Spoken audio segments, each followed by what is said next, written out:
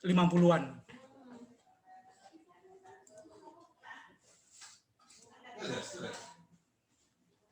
Itu dulu Pak, cuap-cuap dulu Pak. Ya. Ya alhamdulillah semua itu diusul dapat. Yang punya NIDN Pak. Oh, gitu. Oke. Alhamdulillah yang punya NIDN. Yang di sini tidak ada NIDN ini sopo? Belum ada Pak, semuanya sudah. Kecuali Putri. NITK kan masih belum di ACC, kan sudah diajukan tapi masih belum di ACC. Ya, perlahan-lahan diuruskan. Yang penting realisasinya jelas apa? Yang penting ada kenyataan Pak. Jadi Pak, bukan isu-isu jempol gitu. Aku sih apa namanya? Yang model ini loh. Model pulsa kan tidak mengikuti ya kuota itu. Dapat Pak. Ini 100 giga ini masuk sampai Februari. Ya Februari apa Januari ini ya? Februari ya Mbak ya.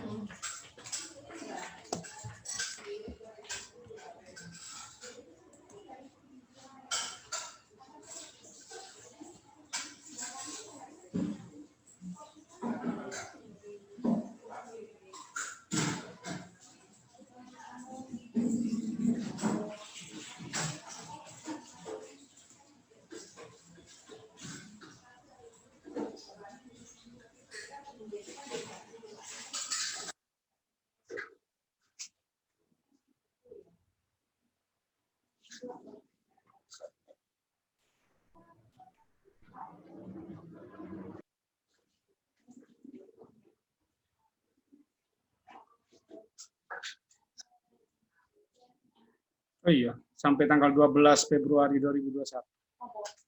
Pulsa, bantuan pulsa data.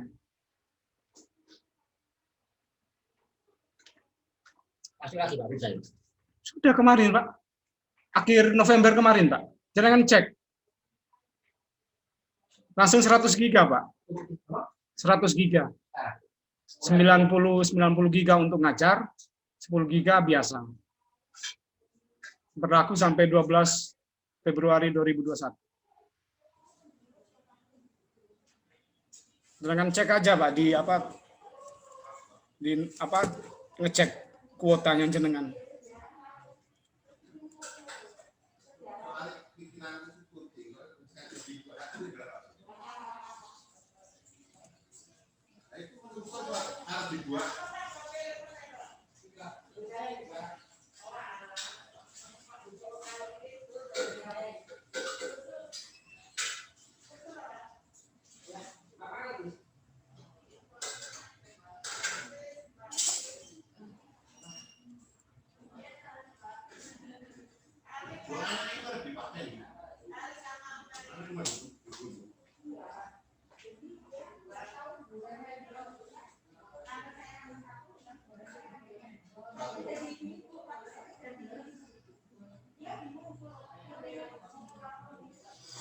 Kita mulai atau nunggu?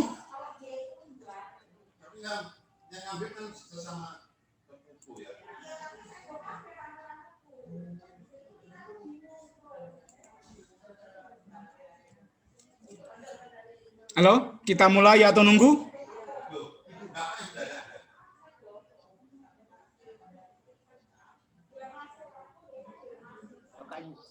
Bisa dimulai Pak, nggak apa-apa Pak. Oke. Assalamualaikum warahmatullahi wabarakatuh. Waalaikumsalam warahmatullahi wabarakatuh. Selamat siang, salam sejahtera. Pada kesempatan siang hari ini kita lanjut untuk materi statistik. Kita akan melanjutkan tentang hipotesis statistik. Hipotesis statistik.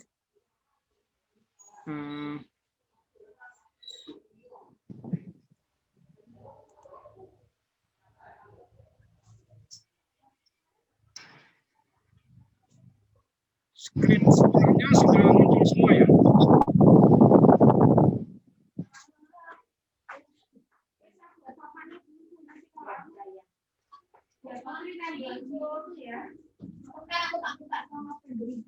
Nah, untuk hipotesis statistik ini sendiri, hipotesis ini dimaksudkan untuk sebuah pernyataan ataupun sebuah dugaan terkait dengan satu kesimpulan dari sebuah populasi ataupun lebih dari populasi. Jadi kita memberikan sebuah dugaan ilmiah terhadap kesimpulan pada sebuah populasi ataupun lebih dari satu populasi. Nah, keputusan kita membuat hipotesis ini, ada dua kemungkinan yang muncul. Dugaan yang kita lakukan itu, kita putuskan itu, dia benar ataukah salah? Dia benar ataukah salah? Sebuah dugaan akan benar jika ditolak. Dugaan awalnya itu ditolak. Dugaan awal itu ditolak. Dan sebuah dugaan itu dinyatakan benar kalau dugaan awal itu diterima. Jadi dalam hipotesis itu ada dua, hipotesis awal dan juga hipotesis alternatif. Hipotesis awal atau dugaan awal, misalkan kita menduga gini, berat ikan itu tidak dipengaruhi oleh dosis pakan yang diberikan, misalkan dugaan awal. Nah, dugaan ini harus dilakukan pembuktian, misalkan dengan ngasih makan dosis pakan yang kita berikan, kemudian dalam waktu tertentu, selama kurun waktu tertentu, kemudian kita ukur pertumbuhannya, baru bisa kita ambil kesimpulan terakhir, oh ternyata dugaan awal itu ditolak atau salah, bahwasanya ternyata dosis pemberian pakan itu mempengaruhi pertumbuhan daripada ikan. Itu salah satu contoh yang kemudian hipotesis alternatif dan juga hipotesis awal dan juga hipotesis alternatif. Jadi tidak semuanya hipotesis awal itu benar, diterima, maksudnya diterima, dalam hal ini ditolak. Tidak semuanya hipotesis awal itu ditolak, dan tidak semuanya hipotesis awal itu ditolak, ataupun ada juga hipotesis awal itu diterima. Dari H0 itu diterima atau ditolak. Jadi punya peluang yang sama. Dari H0 sama HA itu hipotesis alternatif. Kedua-duanya itu mempunyai peluang yang sama. Tergantung kemudian dari data yang kemudian kita punya. Apakah ini diterima ataupun ditolak. Nah, dalam menaksir sebuah populasi untuk kita melakukan sebuah penarikan hipotesa, menaksir populasi, sebuah populasi itu kan besar. Nah, ada dua pendekatan menaksir populasi. Yang pertama adalah a point of estimate, dan kedua adalah interval estimate. Nah, a point of estimate itu adalah kita hanya menggunakan penaksiran dengan satu data sampel. Jadi misalkan gini,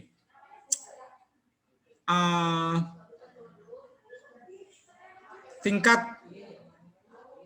pendidikan pembudidaya ikan itu rendah. Cuma misalkan satu saja yang kita lihat, kita ambil.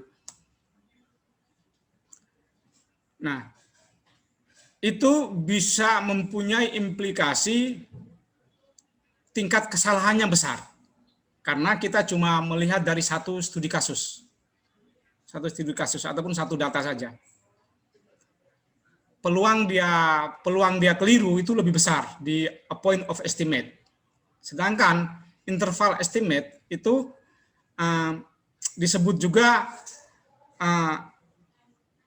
confidence interval. Jadi kita punya beberapa data, interval data yang kemudian kita punya. Oh, di daerah sini, misalnya daerah sini, oh kita menemukan pemuda ini tingkat pendidikannya misalkan SMP. Oh ini dia SMP, tapi dia punya ikut pelatihan-pelatihan, beberapa kali pelatihan pembudidayaan. Nah, itu pasti akan berbeda dengan cuma satu kasus data tadi yang kita di point of estimate tadi. Di interval data itu ada kemudian beberapa data yang kita punya yang kemudian bisa kita ambil sebuah dugaan awal. Rasanya tidak juga, ternyata pendidikan pembudidaya itu tidak semuanya rendah. Ingat, kalau kita ngomong tingkat pendidikan, itu tidak hanya pada pendidikan formal, tetapi juga pendidikan non formal, seperti pelatihan, penyuluhan yang mereka terima, segala macam. Nah, itu mempengaruhi, karena itu dalam sebuah aspek budidaya, itu juga mempengaruhi tingkat adopsi teknologi budidaya yang digunakan. Tingkat adopsi teknologi yang digunakan. Jadi itu yang, jadi semakin besar data interval itu yang kita punya, maka semakin mendekati, akan semakin mendekati tingkat kebenaran, dan tingkat kesalahan itu akan semakin kecil. Di sini, di interval estimate ini. Di interval estimate ini. Itu yang kemudian kita punya.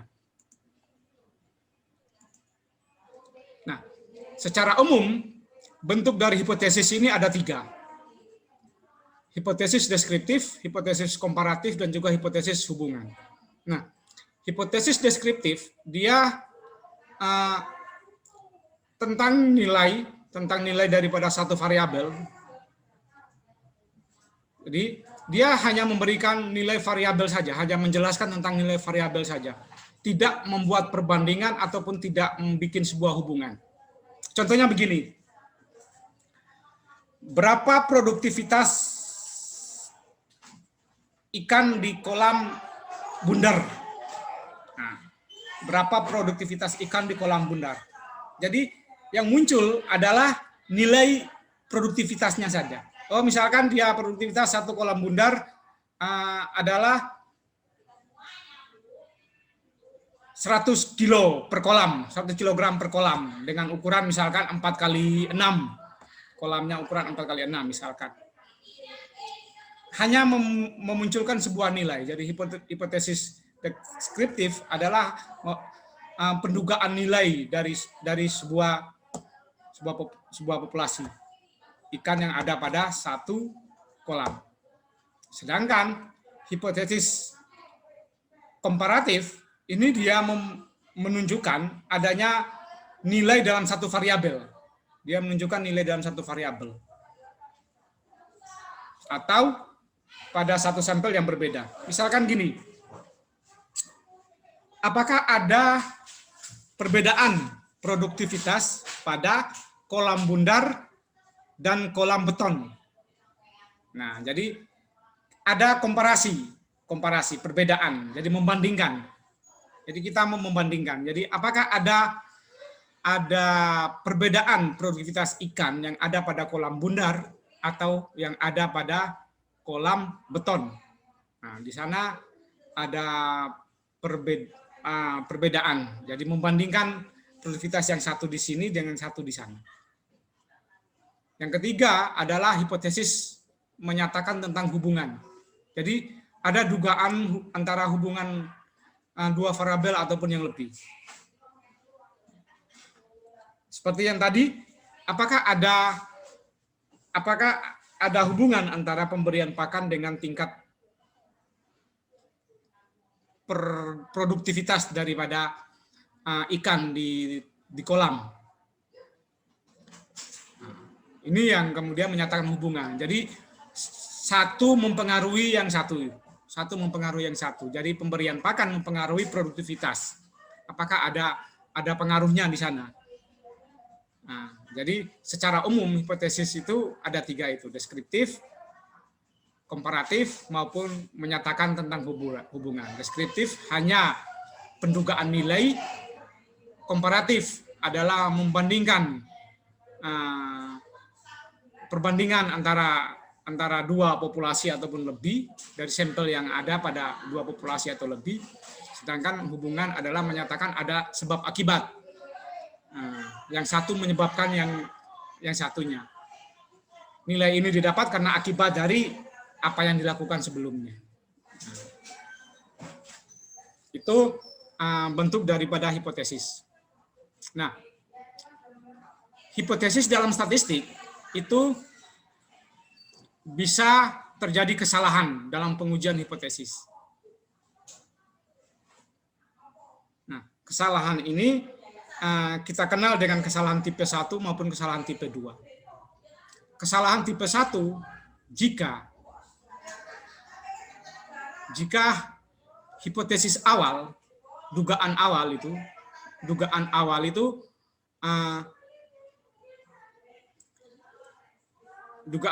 diterima. Dugaan awal itu diterima.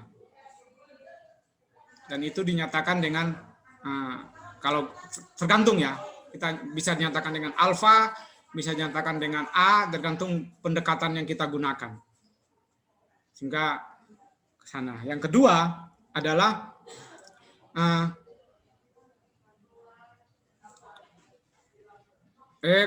yang pertama adalah bila H0 itu ditolak. Bila H0 itu ditolak. Bila H0 itu ditolak, padahal seharusnya diterima. Yang kedua adalah bila menerima H0, padahal seharusnya itu ditolak. Jadi ada beberapa hal yang kemudian mempengaruhi di sana terkait dengan data, pengambilan data yang digunakan, karena itu pengujian ini tergantung dari tingkat ketelitian dalam proses pengambilan data. Nanti kalau sudah di semester 5 dulu baru kita akan ketemu nanti lagi di rancangan percobaan. Nanti di sana ada namanya missing data, kesalahan data yang kemudian didapatkan dalam sebuah proses pengambilan data. Karena kita bekerja dalam ruang waktu tertentu dan juga tenaga tertentu, maka dan juga kita juga manusiawi, maka kesalahan dalam proses entry data itu menjadi satu hal yang kemudian normal sebenarnya, satu hal yang alamiah terjadi. Nah, ketika ini terjadi, maka akan muncul kedua kesalahan daripada proses pengujian hipotesis ini. Ketika data yang kita entry itu ada yang berbeda, ada yang keliru, maka pengujian hipotesis yang dilakukan juga akan muncul dua ini. Seharusnya ditolak tapi diterima, seharusnya diterima tapi ditolak. Dugaannya itu yang muncul. Itu yang muncul. Nah, yang ketiga dalam sebuah hipotesis adalah menentukan taraf nyata. Taraf nyata atau kan taraf kesalahan. Taraf kesalahan. Ingat di minggu yang lalu bahasanya taraf kesalahan itu yang bisa ditolerir dalam sebuah statistik, ukuran statistik yang kemudian itu dipakai bersama dimanapun ini adalah kesalahan 1% dan juga 5%. Jadi 95% selang kepercayaan maupun 99% selang kepercayaannya. Kalau 99% berarti tingkat kesalahannya cuma 1%, yang bisa ditolerir adalah 95%, dan tingkat selang kepercayaan 95% berarti tingkat kesalahannya adalah 5% yang bisa ditolerir. Jadi mesti kan di dalam kayak ini sekarang kan zaman-zamannya pilkada. Jadi orang-orang melakukan hitung cepat itu pasti akan memunculkan tingkat kesalahan 5%. Nah, artinya dia menggunakan pendekatan statistik dalam melakukan proses pengambilan sampel daripada sebuah populasi. Dan itu mungkin di awal, di sebelum UTS kemarin sudah dijelaskan sama Bu Dayang bahwasanya populasi sampel itu, klasifikasi sampel juga macam-macam. Bisa berdasarkan letak geografis, bisa berdasarkan pada tingkat pendidikan, bisa bicarakan pada kelas sosial untuk ke sana. Jadi macam-macam klaster daripada sampel yang mau diambil karena sebarannya tidak rata. Karena misalkan pilkada ini. Jadi tingkat pemilihan, tingkat orang memilih, alasan orang memilih antara daerah-daerah perkotaan dalam arti pusat pemerintahan dengan yang kemudian di desa, itu kan pasti akan berbeda alasan keterpilihan. Jadi salah satu yang kemudian digunakan dalam orang-orang yang survei cepat itu quick count itu adalah begitu. Jadi dia mengambil sampel, semua sampel diambil. Jadi yang kemudian masyarakat menengah, masyarakat elit, masyarakat kelas menengah, masyarakat kemudian kelas bawah, itu stratifikasi sampel itu dilakukan semua. Muncul ke sana. Jadi kita kembali ke sini dalam taraf kepercayaan, selang kepercayaan ini, dia adalah yang secara umum dan normal berlaku dalam hukum statistik, itu adalah selang kepercayaan 1% dan juga selang kepercayaan 5%. Itu yang kita gunakan. Nah, sebuah hipotesis yang bagus minimal harus memenuhi 6 hal. Yang pertama adalah hipotesis itu harus menyatakan sebuah hubungan. Karena hipotesis itu kita ambil dari sampel untuk menjelaskan, untuk menyembuhkan satu populasi. Jadi ketika tidak ada sebuah hubungan, maka tidak bisa kita melakukan itu. Yang kedua, bahwasanya hipotesis itu harus sesuai dengan fakta. Tidak bisa kemudian hipotesis itu hanya diangan-angan. Seandainya begini. Jadi karena fakta yang terjadi, kasus yang terjadi, kemudian kita melakukan sebuah hipotesis. Sebenarnya yang kejadian sebenarnya ini seperti apa? Dari data-data yang kita punya. Yang ketiga adalah hipotesis itu harus sesuai dengan ilmu. Jadi dasar daripada penarikan sebuah dugaan itu ya harus sesuai dengan tingkat keilmuannya. Kalau kita mengambil sebuah hipotesis tentang penyakit ikan, maka dasar daripada penyakit ikan harus dikuasai. Sehingga apa yang kemudian yang terjadi pada menggali lebih jauh tentang hipotesa tersebut, penyakit itu, kita mempunyai dasaran ilmunya untuk ke sana, untuk menjelaskan lebih lanjut. Begitupun sebaliknya ke hal-hal yang lain. Jadi keilmuan dasar dalam menentukan sebuah hipotesis itu tergantung daripada penguasaan ilmu yang dipunyai. Yang keempat, bahwasanya hipotesis itu harus bisa diuji. Kita menguji untuk melihat apakah dugaan kita itu benar atau salah. Apakah yang kemudian kita teliti itu benar ataupun menyimpulkan sesuatu yang menjadi satu kesatuan ataupun tidak. Yang kelima, hipotesis itu dia kalau bisa sesederhana mungkin. Jadi sesuatu yang kemudian sederhana, kayak tadi itu. Apakah ada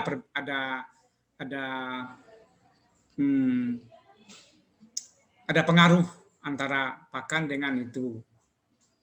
Nah, secara sederhana kita bisa menimbulkan, ya ketika namanya hidup, pasti butuh nutrisi dan sebagainya macam. Itu sederhana yang kemudian kita munculkan. Dan yang utama adalah hipotesis itu harus bisa menerangkan fakta sesungguhnya. Fakta sesungguhnya. Jadi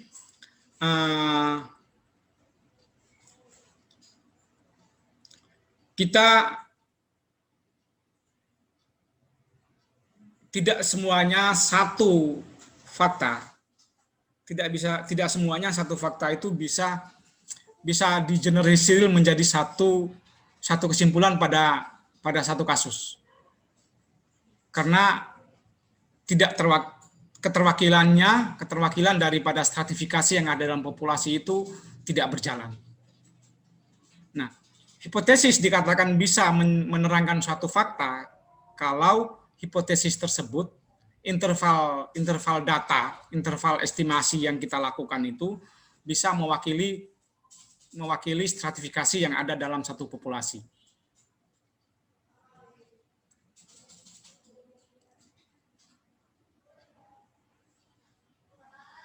Jadi tadi misalkan tadi tingkat pendidikan tadi. Jadi misalnya di kecamatan ini ada berapa kecamatan yang kemudian kita harus lihat, tidak bisa pada satu kecamatan. Nah, kalau hanya pada satu kecamatan itu bukan apa namanya tidak bisa menerangkan, jadi tidak bisa dikatakan itu sebagai sebuah generalisasi daripada satu daerah tertentu. Cuma satu kasus saja, cuma studi kasus, tidak bisa mengeneralisir. Kalau kita harus mengeneralisir, maka keterwakilan dari semua kecamatan yang ada pembudidayanya itu kita ambil, kita random. Mulai dari pembudidaya yang kemudian punya skala usaha besar sampai punya skala usaha kecil harus diambil sampelnya. Nah, ketika itu semuanya sudah dilakukan, maka kesimpulan yang diambil itu pasti secara otomatis akan menerangkan fakta yang sesungguhnya. Itu. Nah, prosedur dalam pengujian hipotesa itu ada 5 langkah. 5 langkah dari rumah. Ada 5 langkah.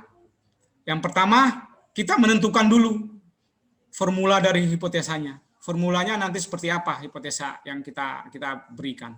Yang kedua, kita menentukan taraf nyata, selang kepercayaan yang mau diambil itu berapa. Yang ketiga, kita menentukan kriteria pengujian. Yang keempat, kita menghitung nilai uji statistiknya. Nilai uji statistiknya kita hitung. Nah, yang kelima baru kita berikan kesimpulan dari tahapan 1 sampai 4 itu kesimpulannya apa. Jadi 5 langkah dalam pengujian hipotesa. 5 langkah dalam pengujian hipotesa. Mulai dari menentukan formula, yang kedua adalah menentukan taraf nyata ataupun selang kepercayaan, yang ketiga adalah menentukan kriteria pengujian. Nah, kriteria pengujian yang keempat adalah menghitung nilai uji statistiknya, dan yang kelima baru menyimpulkan yang terjadi. Seperti ini, contoh. Hasil pengukuran berat ikan lele di kolam bundar. Kolam bundar itu memiliki rata-rata berat 15 dari ekor ikan. 15 ekor ikan itu memiliki rata-rata 1,21, ada situ sampai 1,18. Nah, jika taraf nyata adalah 1%, dapatkah diyakini apakah keliru ya? Apakah populasi ikan lele ini beratnya adalah 1,2? Beratnya adalah 1,2. Jadi ini ya, dari 15 ini mulai dari 1,21 sampai 1,18, dari 15 berat sampel ikan lele ini, ketika dalam taraf 1%, apakah dapat diyakini bahwa populasi ikan lele ini memiliki rata-rata 1,2 kg per ekor. Nah, ini kita lakukan dalam 5 taraf tadi. kita ketahui bahwasanya sampelnya ada 15, taraf nyatanya adalah 1%, dugaan awal adalah beratnya adalah 1,2 kg. Nah, kita akan menyusun tabel statistiknya. Nah, tabel statistiknya ini ada berapa?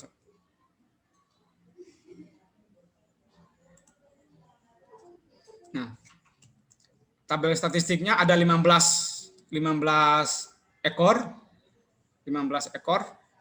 Nah, dari 15 ekor itu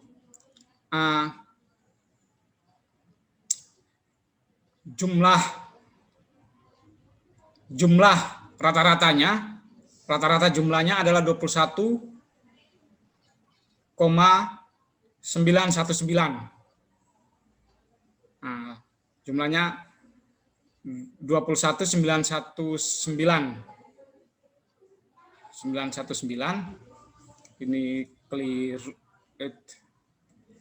Ini keliru 919.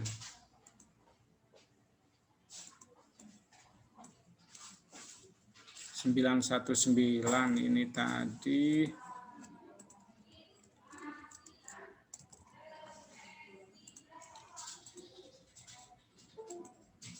nah 919 kita kurangi dengan X kuadrat. Kita kurangi dengan X kuadratnya.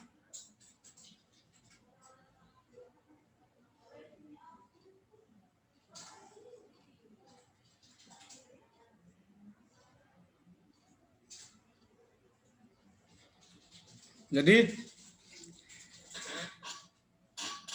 X kuadrat dibagi dengan N-1. Ya, ini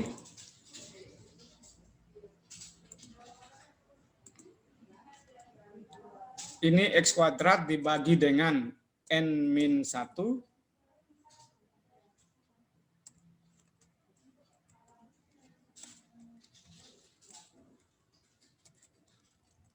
dikurangi dengan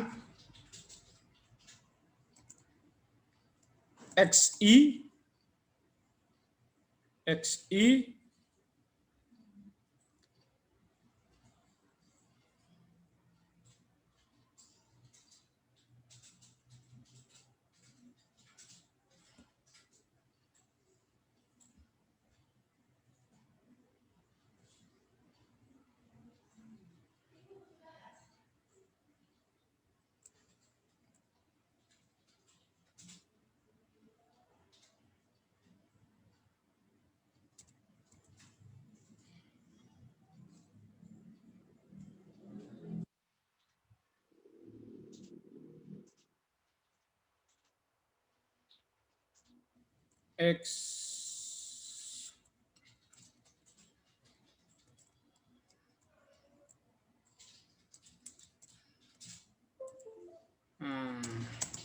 jadi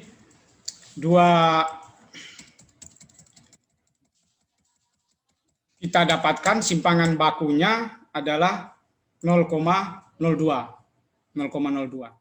Jadi nanti disusun seperti ini tabelnya, XI, X kuadrat, jumlah daripada itu kita bagi dengan N-1 dan juga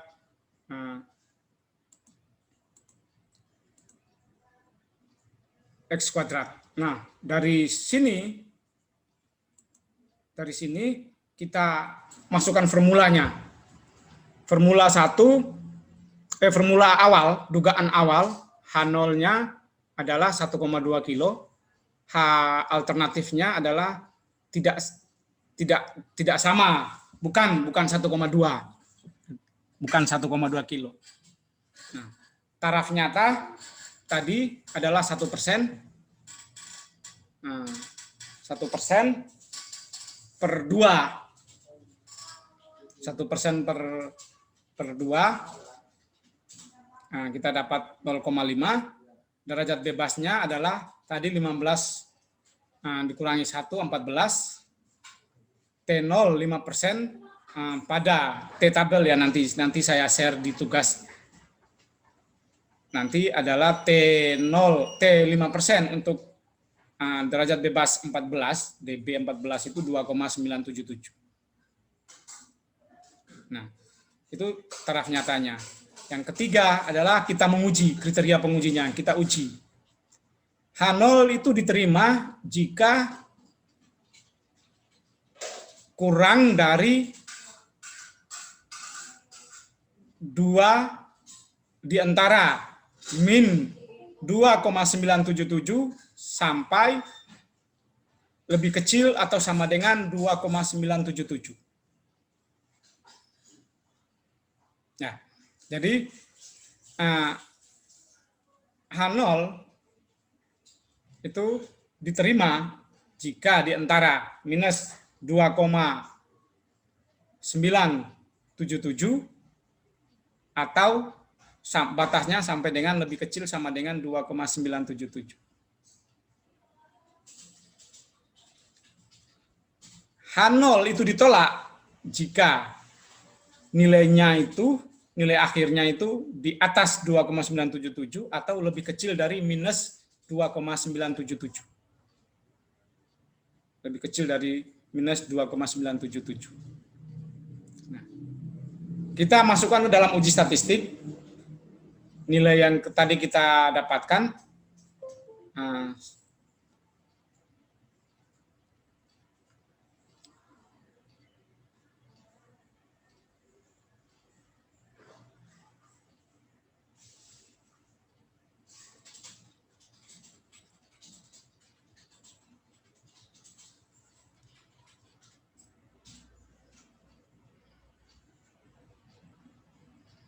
Rata-rata, nah, kita masukkan nilai rata-ratanya 1,208 dikurangi dengan dugaan awal 1,2, kita bagi dengan simpangan baku. Nah, jadi ini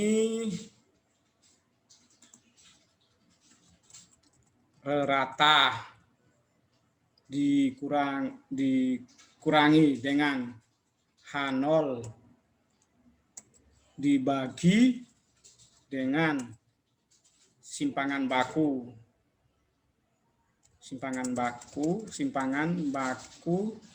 dibagi dengan N akar setengah, pangkat setengah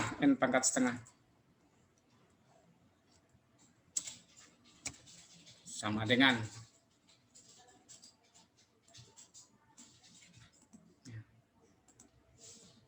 jadi rata-rata 1,208 kita kurangi dengan H0, dugaan awal 1,2 dibagi dengan simpangan bakunya 0,02 dibagi 15 pangkat setengah. Kita dapatkan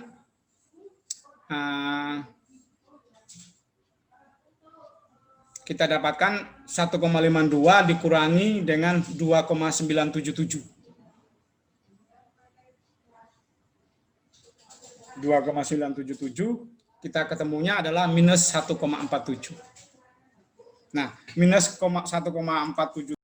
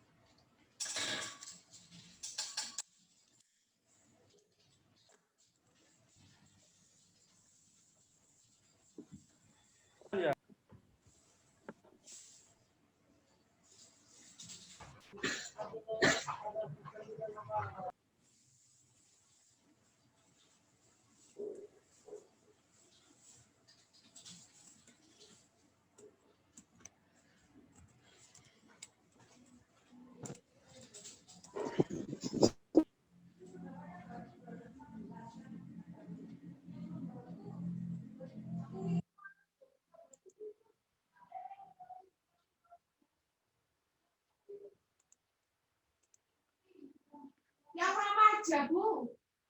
Yang remaja itu 15 ini.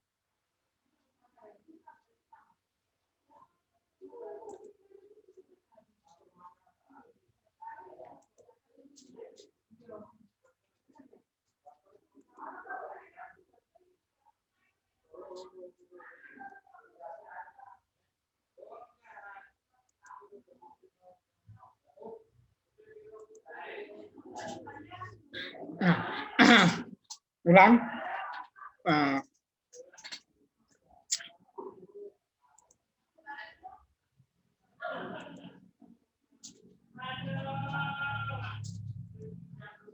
Jadi itu lima tahapan dalam menguji sebuah hipotesis. 5 tahapan dalam menguji sebuah hipotesis. Kita awali dari membuat formulanya, menentukan formulasi, tentukan formula hipotesis. Yang kedua adalah menentukan taraf nyata, selang kepercayaan. Yang ketiga adalah menguji hipotesisnya, kriteria pengujian, menentukan kriteria pengujiannya. Yang keempat adalah uji statistik yang dilakukan. Yang keempat itu menguji statistik.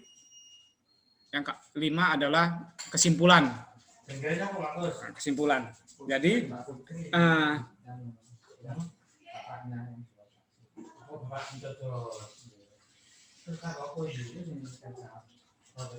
Jadi kita lakukan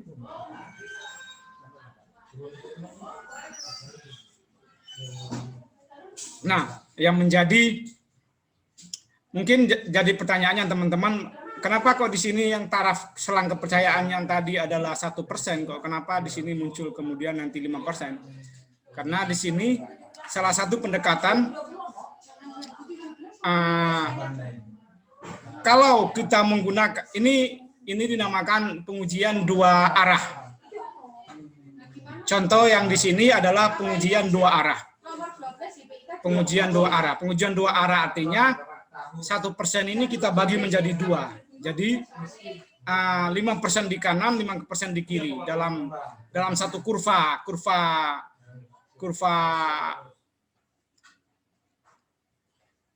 hipotesis itu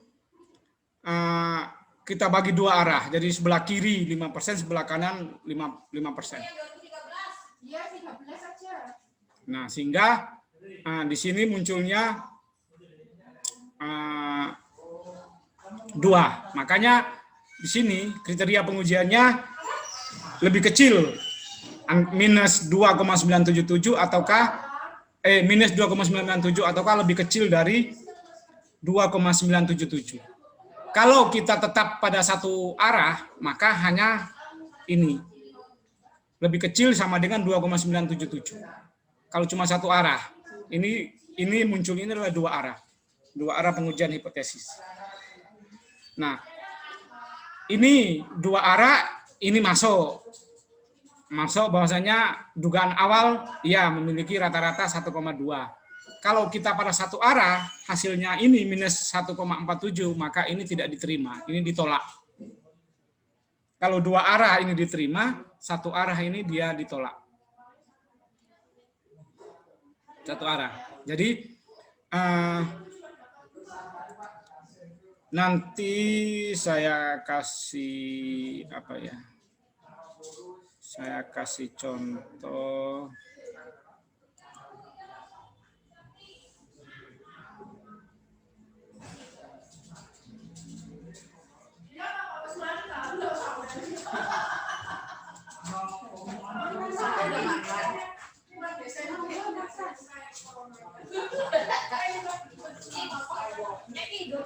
Mas.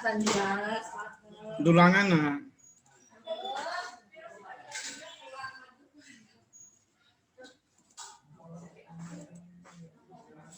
Nah, saya kasih contoh ini ya. Saya kasih contoh, misalkan ini kurva. Misalkan ini kurva. Nah, karena kita menggunakan dua arah, maka akan terbagi seperti ini. Nah, jadi dia di area yang ini, Cuman pertanyaan saya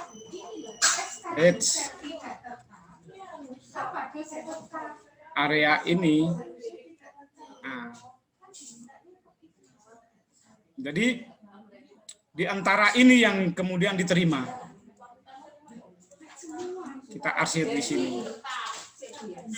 Nah, jadi misalkan tadi ini berarti sama dengan minus 2,977.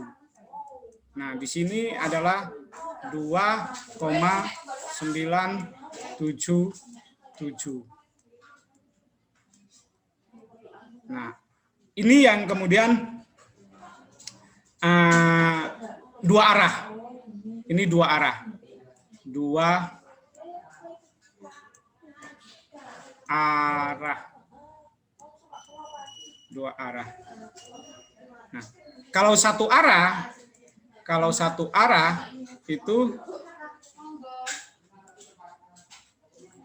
ini dua arah ya. Kalau satu arah dia cuma satu arah berarti kita cuma punya di sini saja. Nah, ini adalah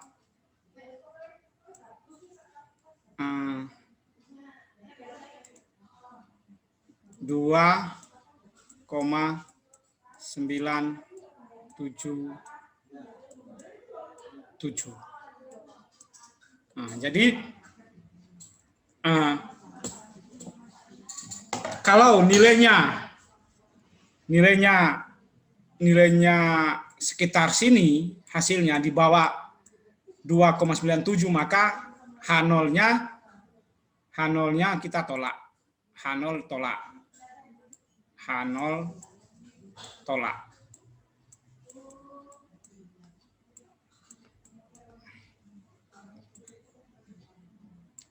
H0 tolak. Kalau dia di sini, di arah sini, maka benar H0 ditolak. Kalau dia di atas sini, minimal ini ke atas, maka H0 itu kita tolak. Kalau di bawah ini, H0-nya diterima. Nah, ini namanya satu arah. Pengujian hipotesis satu arah.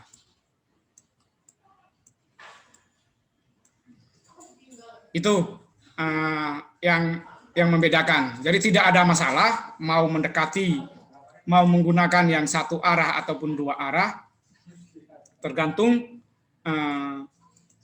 masing-masing. Yang penting bisa dilakukan proses pengujiannya itu, pembuktian. Saya menggunakan satu taraf nyatanya 1%, tapi dibagi dipangkat setengah, berarti dibagi dua, akarnya dua, di akar. Maka yang muncul adalah kemudian taraf 5% yang berlaku. Jadi karena terbagi dua. Jadi itu pendekatan itu yang kita gunakan dalam menguji satu hipotesis. Sampai sini ada yang mau ditanyakan?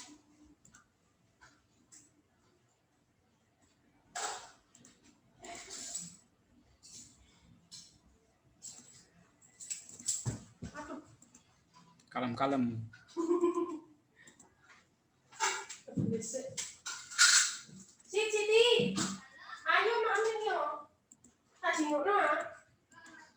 Maam, habis maam karaokean.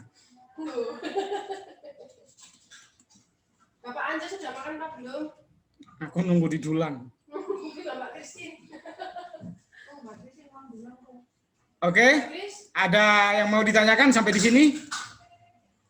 Sita, semuanya ya. Hello, Ayo. everybody. Terus nara nulis semua nulis. Ini pohonnya terus dulu ya, Mas. Nah, kalau nggak ada, habis ini nanti saya share di Classroom latihan soal untuk mengerjakan hipotesis. Menentukan hipotesisnya itu H0-nya itu diterima atau H alternatifnya yang diterima. Ya, dengan pendekatan yang sama. Jadi contoh yang tadi itu dijadikan patokan. Silakan mau menggunakan satu arah ataupun dua arah. Yang kalau satu arah itu 1% dibagi 2, 1% dibagi 2, berarti 0,5. Kalaupun nanti tarafnya 5%, mau pakai dua arah sama bisa, berarti satunya 0,25. Jadi bisa dilakukan. Ataukah tetap satu arah, berarti satu arahnya nilainya ditentukan di atas, jadi tidak pangkat setengah. Kalau pakai satu arah, berarti ini hanya pakai di sini saja. Nah, ini hanya berlaku di sini. Saya kasih huruf pink aja, warna pink. Kalau satu arah, ya.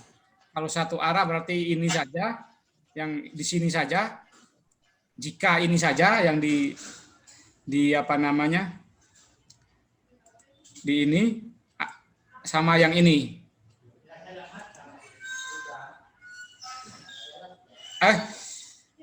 Keliru, yang ini.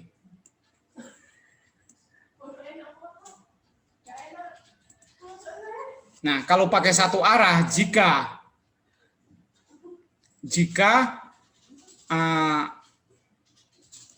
perhitungan statistiknya lebih kecil sama dengan ini, itu satu arah, ataukah dia lebih kecil?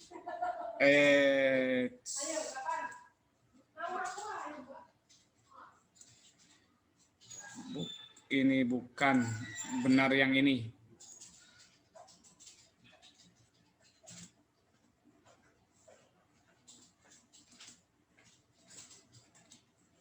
Atau ini. Jadi, dan perhitungannya ini tidak dipakai. Min setengahnya ini tidak. Ini hilang. Ya, ini saya kasih apa ya? Hilang, tidak digunakan. Pangkat setengahnya tidak digunakan. Pangkat setengah dipakai kalau teman-teman menggunakan pendekatannya adalah hipotesis dua arah. Satu arah kita tidak menggunakan pangkat setengah. Itu ya. Oke. Sudah? Bisa kita akhiri. Jangan lupa absen di Classroom.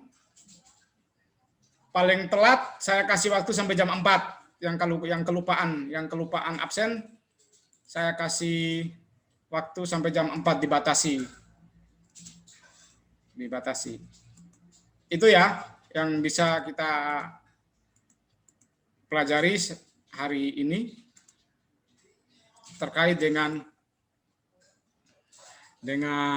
pengujian terkait dengan hipotesis statistik.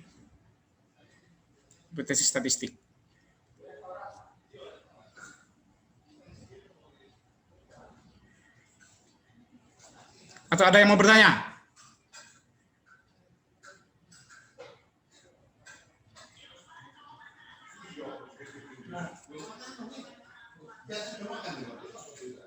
Oke, kalau nggak ada ya udah kita akhiri sampai di sini.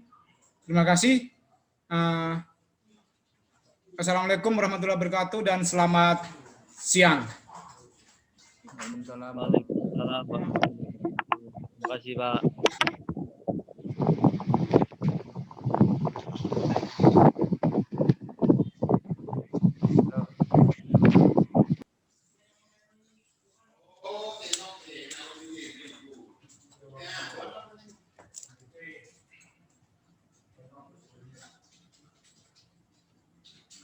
Ini kan enek.